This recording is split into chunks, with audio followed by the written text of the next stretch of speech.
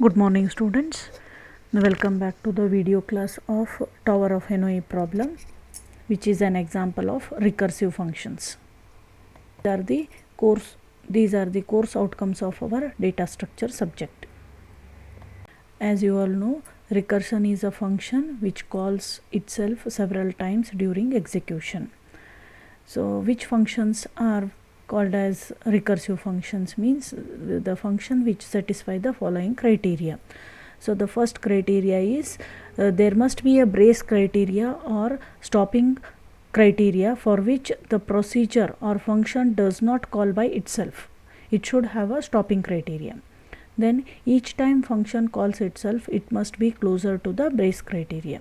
The third condition is recursion is implemented for the operations where some of the operations are repeated multiple times. Only those operations can be implemented using recursive functions. Now here we are discussing the Tower of Hanoi problem, which is implemented using recursion. In this problem, 3 poles labeled A, B, C or pole 1, 2, 3 are given. The n number of disks are placed on tower A or pole 1 such that always smallest diameter disk is on top. The remaining 2 poles B and C are empty initially, but Tower of Hanoi problem is to move n disks from pole 1 or pole A to pole C or pole 3 using only one temporary pole B. So the rules to be followed for the implementation of Tower of Hanoi is always only one disk is moved at a time. The smallest diameter disk is always on top of the largest diameter disk at any time.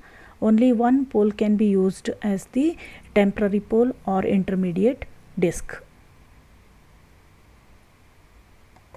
So in this we have a pictorial representation of Tower of Hanoi problem.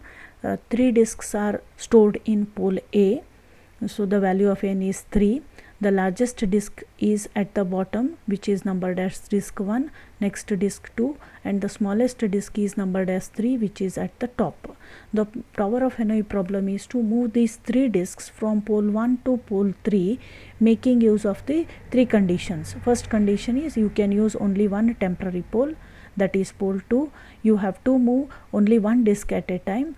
And the third condition is you have to see, while moving the disk, you have to see that always smallest diameter disk is on top. So this is your first step. Then in the next step we are moving the disk number 3 from pole 1 to pole 3. Pole 1 to pole 3. And we are meeting the 3 conditions. Smallest diameter is on top in pole 1 and smallest diameter disk is on top and pole 3 also.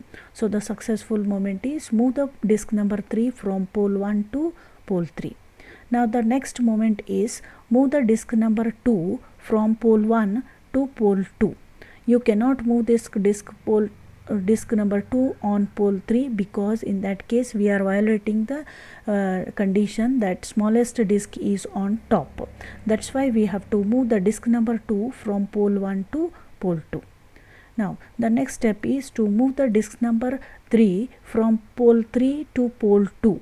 You cannot move this disk to pole 1 because in that case you cannot move the largest diameter disk to the destination pole. So the successful movement of the disk is move the disk number 3 from pole 3 to pole 2. Now the next disk moment is move the disk largest diameter disk number 1 from pole 1 to pole 3. We cannot move it on to the pole 2 because smallest diameter becomes at the bottom. That's why we have to move the disk number 1 from pole 1 to pole 3 only. So that successful moment is move the disk number 1 from pole number 1 to pole 3. Now the next moment is move the disk number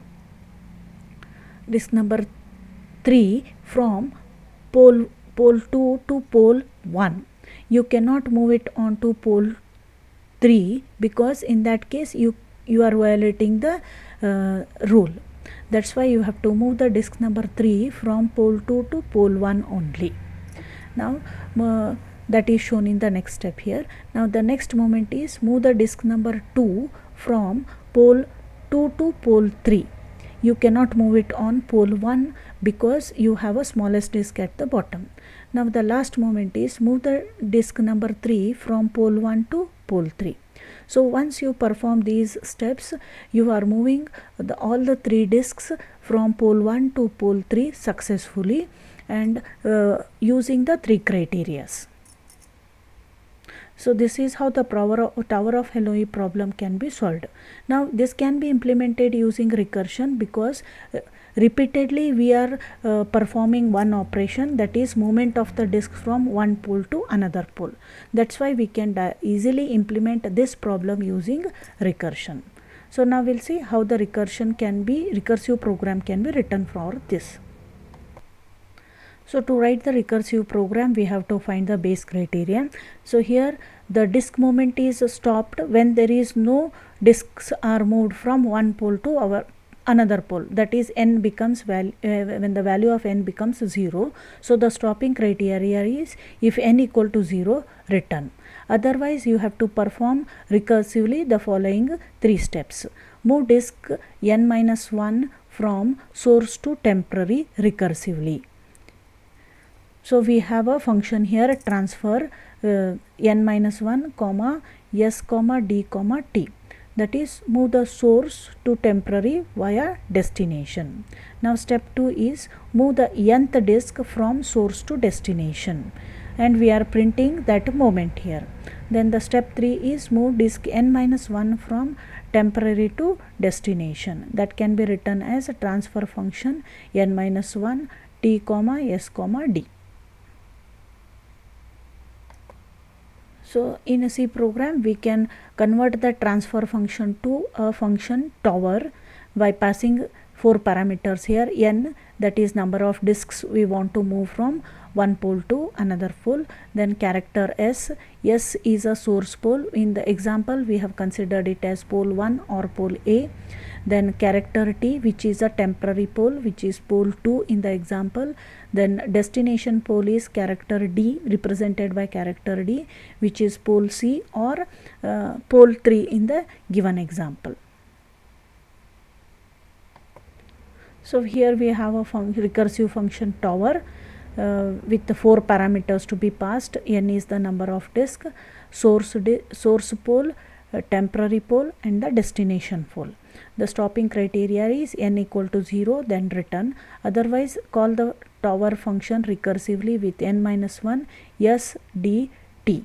Then you have to print the moment as move disk %d from %c to c. Then you call the another tower function for next step. In the previous slide I have explained step 3. So that can be implemented using the recursive call to the tower function with the parameters n minus 1, t, s and d.